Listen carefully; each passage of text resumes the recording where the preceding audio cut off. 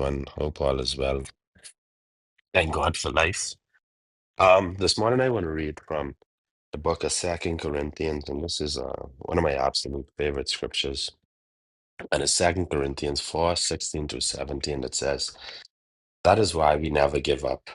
Though our bodies are dying, our spirits are being renewed every day.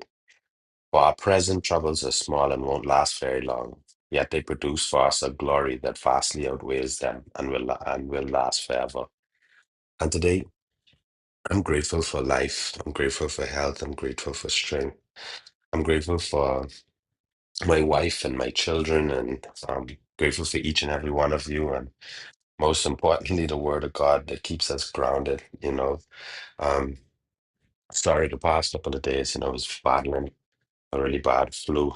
And I got my my whole family sick, unfortunately. So dealing with them as well, not feeling too. It's sort of taking a strain on me in the mornings, but this particular verse, the reason there's so many reasons he speaks about, the author speaks about this, um, that makes this my favorite verse. But you know, the way that it starts is really what caught my attention, right? Um, and that is why we never give up. You know, um, we never give up. Giving up isn't an option, and I just want to keep everyone encouraged with that. Because in this article says something, right? He says, though our bodies are dying, our spirits are being renewed every day. You know what he's talking about when he says, though our bodies are dying? He's referring to that every day. Every day you come closer to the time that God has promised you.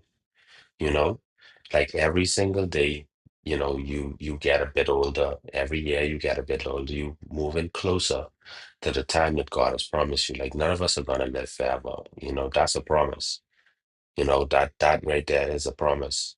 And, but we have to be reminded that we have to renew our spirits every day because our spirit is what is going to live forever. So every day we have to pour into the spirit. Every day we have to strengthen our spirit. Every day we have to work on our relationship with God. Every day we have to keep pouring into each other. And then he also reminds us in this, he says that our present troubles are small and won't last very long. And how true is that?